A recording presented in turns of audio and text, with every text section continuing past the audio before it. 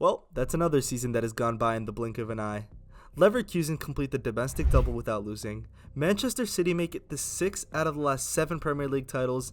And you know what? Forget all of those boring farmers leagues. Let's look into a league who just had the craziest season in European football. The Turkish Super League has just wrapped up this past week, and I can't lie, it's definitely been one of the most interesting years, even for the chaos that is Turkish football. From insane point tallies to pitches being war zones, I am going to break down the whole season and go through it with you guys. Well, before the season, both Fenerbahce and Galatasaray would spend heavily in the market, and both teams created what I could confidently say are some of the best teams and certainly most expensive teams the league has ever seen.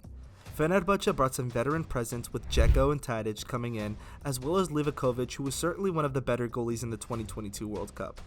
But Galatasaray didn't slack either, bringing in Icardi permanently, as well as a surprise move with Zaha, Tete, Davinson Sanchez, and it was clear that these two would be the ones to contend for the title. Which is exactly what happened. Both of these teams would dominate the league pretty quickly, and make it clear that they were a notch above everyone else. However, they also had European and Cup matches to worry about, and Galatasaray would be placed in a UCL group with Manchester United, Bayern Munich, and Copenhagen. And they would put up a good fight, placing third in the group, beating United at Old Trafford. They needed to win against Copenhagen on the final match day to get second place, however, they would lose, crashing out to the Europa League. And Fenerbahce would have a good run in the group stage. Apart from a 6-1 loss to whatever that team is, they would top the Conference League group, and Besiktas, well, let's just skip over their performance. They placed third in the Conference League group and had a forgettable run. So while this was all going on, the league table was shaping up, and Trabzonspor and Besiktas would contend for that third place spot, and the gap in points from the first two are just growing.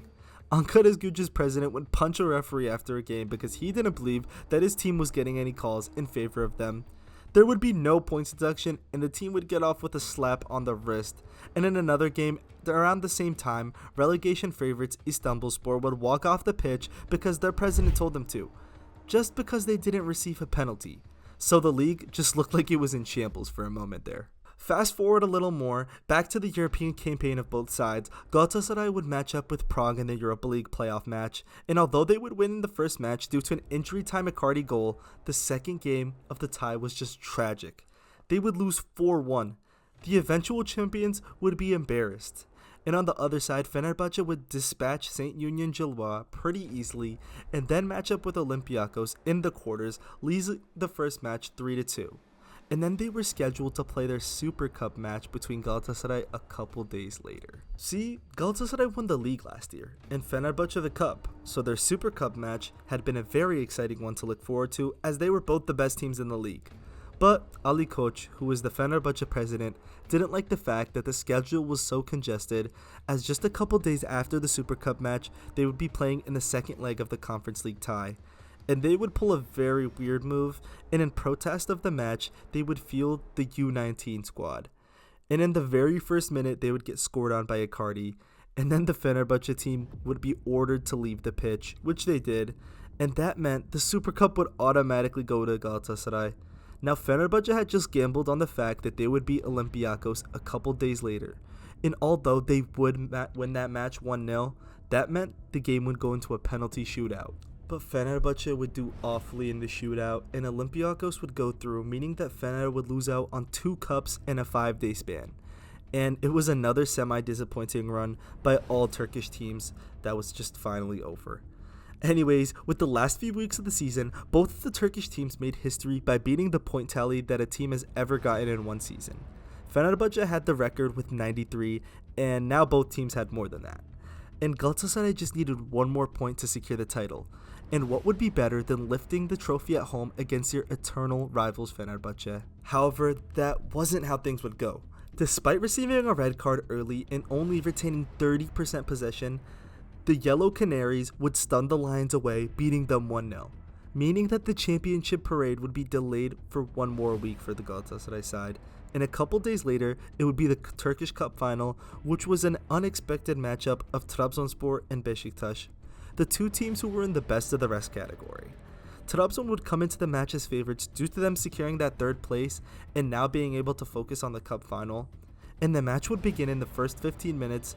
One of the most interesting strikers, Onachu, would go in and make an amazing run to score all by himself, going through like 2 or 3 defenders while placing a nice chip on the keeper. However, this match certainly wouldn't end that easily, as Beşiktaş would get a penalty in the dying seconds of the first half. A handball would allow them to equalize and make it 1-1. Going into halftime all equal, the second half would start off with Beşiktaş dominating. Trabzon looked disorganized and nervous, which led to Beşiktaş getting the lead in the 54th minute. And then the insane scenes would begin, as a corner kick in the 89th minute from Nicolas Pepe, yes, the same Pepe that Arsenal paid 80 million euros for, would equalize. And Trabzon fans would go wild thinking that they had just brought the game into extra time, until disaster struck for them, and a failed clearance saw Al Musarati take a strike way outside the box, and to their luck, they would score and clinch the cup in the 94th minute of injury time. An absolute screamer to win a trophy in one of your club's worst seasons has to be some stuff that even the scriptwriters couldn't think about. To much dismay of Trabzon fans, Beşiktaş would grab a Europa League spot and end the season in 5th place. Now, before we get into the last game of the season and the title decider matches, I just want to bring a nice little revenge story that Trabzon had done. So playing Ankaragücü, yes, the same one, the president who punched the ref, would be playing for the right to stay in the league, needing a win to survive, and they would almost get it until Enis Destan would drop one of, if not the fastest hat tricks in Turkish league history, scoring all of the goals in an 8-minute time span. This would bring Ankaragücü to relegation, and their manager Emre Belözoğlu was seen literally crying. And the reason why this is revenge is because the manager 10 years ago, during his playing days, threw a very racist remark towards one of Trabzon's players. And yeah, well, this Trabzon side has just been insane all season. I mean, who could forget when Fenerbahçe would play them in their home stadium, and after the match, they would be celebrating their win, but that's when a supporter would hop onto the field, and well, Osayi Samuel didn't like that at all, and he would go over to fight the fan, and that would just cause chaos, as literally all of the supporters in the Trabzon stadium would rush onto the pitch, and that's when Fenerbahçe players quickly had to run away from the apparent danger. Well, anyways, due to them losing, Hatayspor would stay in the league, and honestly I'm happy for them, due to the fact they suffered a major earthquake which left the whole city in ruins, and it was a very big tragedy where over 53,000 Turkish people died in direct correlation to the natural disaster. The city definitely needed this as a mini beacon of hope, so good for them. And out of the 4 clubs that relegated, 3 of them would be teams based in Istanbul, and they were all in the bottom 5 of the league match attendance rates, so it's good that these clubs that don't really bring in many fans have come to the first division have now left. And it was almost reminiscent of the City and Liverpool rivalry, as second place Fener would finish with 99 points, and this would mark the 10th season where they have not won the Super League title, which is just crazy considering the fact that they are 19-time winners. Honestly, I feel bad for them, as imagine getting 99 points but not getting any trophy that season. It just stinks. But honestly, the Turkish league really had it all this season, from an intense relegation race that lasted to the final day, presidents hitting referees, a whole stadium fighting a team, 2 teams beating the point record, an insane cup final which had 2 last-minute goals, and you have the recipe for a historically interesting season. But what do you guys think? Was this the most interesting season you have heard about? Let me know in the comments below, and don't forget to like and subscribe.